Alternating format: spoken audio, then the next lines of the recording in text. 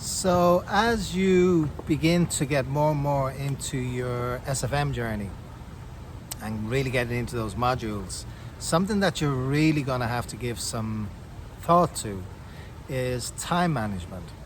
And I'm going to talk through a couple of things based on my experience and hopefully some tips that are going to help you to achieve the most out of your time. Now, what I would say about your journey in general through the SFM, consistency is key. It's that simple.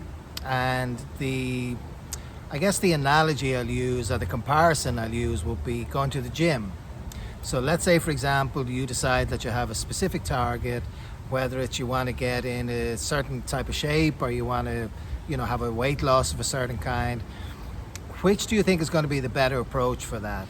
If you go to the gym every day, or most days, let's say every day for 30 minutes or 45 minutes, or if you go to the gym one time every 2 weeks, and for that one time you just go hell for leather and you're running around like crazy, hitting all the machines, hitting all the dumbbells, sweating like crazy for about 2 hours, and then you don't do it for another 2 weeks. I think it's pretty fair to say, tell me if I'm wrong, I think it's pretty fair to say that the consistently going there for the most part every day is absolutely going to get you far better results far more quickly. And that's going to be the exact same with your SFM journey. Consistency is the key. And so it's going to be very important for you to figure out how you can make that happen.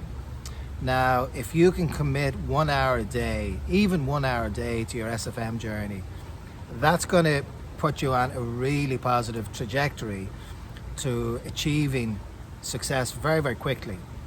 Now, my experience was a little bit different because I was catapulted into it basically after I lost my job here on Grand Cayman. And resulting from that, within weeks, I was then on my SFM journey. So for me, it was different because I could commit time to it. Before that, absolutely, it would have been a bigger challenge because I was working full time. But what I have learned from it that regardless, you're going to need to consider getting into a mindset that this is now your new business that you're going to be working on. And I would encourage you to approach it like that. Whether you're currently in full-time employment or not, treat it like that. If you feel that you just don't have an hour a day to commit to it, you're going to need to find that hour. And I'm just being very blunt about that, because if you do an hour today and then you do another hour 5 days from now and then you do another hour 2 weeks from now, you're going to be constantly going back to where you left off on. So whatever it takes would be my advice to you. Now, my days, and this is by choice, my days here start at 5 a.m. I've decided that my best version of myself, or to get to my best version, is to get in exercise every day. Now, if I get up at 8 o'clock in the morning, I couldn't do that because I have other responsibilities. I take my wife to work, I do different things. I'm involved in some things here on island. So the way for me to achieve that is to get up at 5 o'clock every morning, and I get my power walk in until about 6:15, and then I hit the gym until about 6:45, and I come back and I put the coffee on and start getting into the other things. So that's what it takes, and I really want you to have a think about this, because I want you to be so successful, but you're going to have to commit to that. You're going to have to find a way that you can consistently give your time to continue that journey. And one thing you will hear over and over and over throughout your journey is that it's a marathon. It's not a sprint, it's a marathon. And what that means is that basically those 7 modules that you're going to be going through, technically, you could do those in 2 weeks. You could. But it's not going to be effective because there are so many key exercises that you need to do, and you need to absorb the information that you're getting.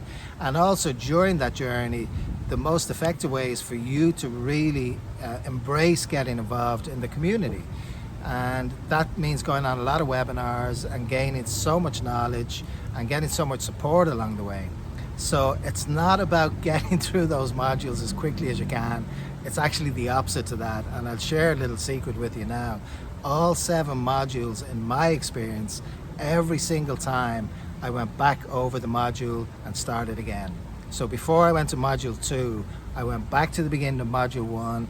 I've got a flip chart at home. I took out all my notes, went through them again, make sure I completed all the exercises that Stuart had recommended before I went to module 2. Was that hard to do? Sometimes it was, because I was so excited to get to the next part and the next part and the next part. But I can tell you, looking back in my journey, it was absolutely the right call for me to do at the time. Now, I'm not saying that you need to go back over all the modules twice. I'm just explaining, sharing with you that that's what worked for me, and I found that I picked up so much second time around by going through those modules again. And the reason I did that was that I bought into what Stuart was saying, that those modules are fundamentally the foundation of your company. And the stronger that you can make that foundation, the more successful your company is going to be.